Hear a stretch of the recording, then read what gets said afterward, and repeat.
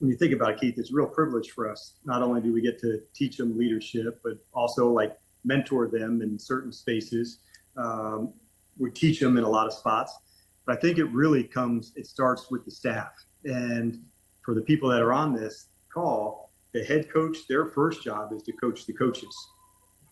And if that can happen, and then that gets down to the players, to me, that's where it can come. So if you want really good juice and energy on your team, you better have it from your coaches first. It can't be, here's the head coach and I'll just skip a level and go down to the players. So coaching the coaches of what you want is really important. And I knew I'd do a good job when I hear something from a player that I may have said in a staff meeting, but never said in a team meeting.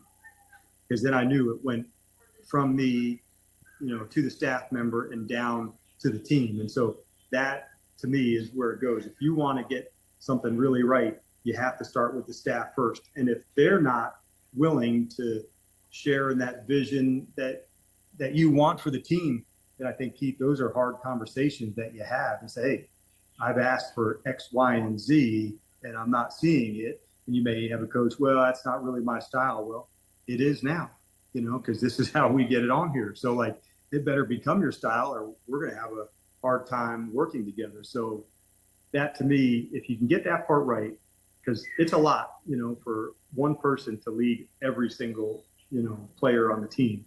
Not saying that doesn't happen, but if you can get the coaches first, and whether that's a staff of 5 or 25, whatever that looks like, but if you get that part right, it'll transfer down to the players.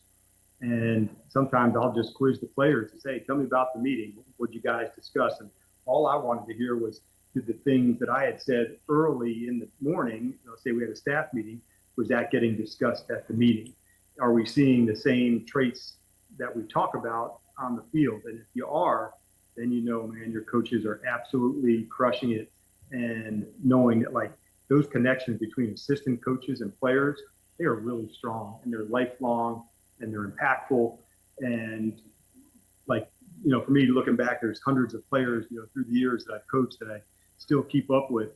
And those relationships are really important. So if the assistant coaches get that part right, knowing the energy, the culture of what you're looking for, and that gets driven down to the players, then every new player that comes onto the team, it's also then there's other players that can help them with that. And to me, if you get all those things right, Keith, head coach down to the assistants down to the team, and now the team is able to bring along new players, that's a really big piece of it. So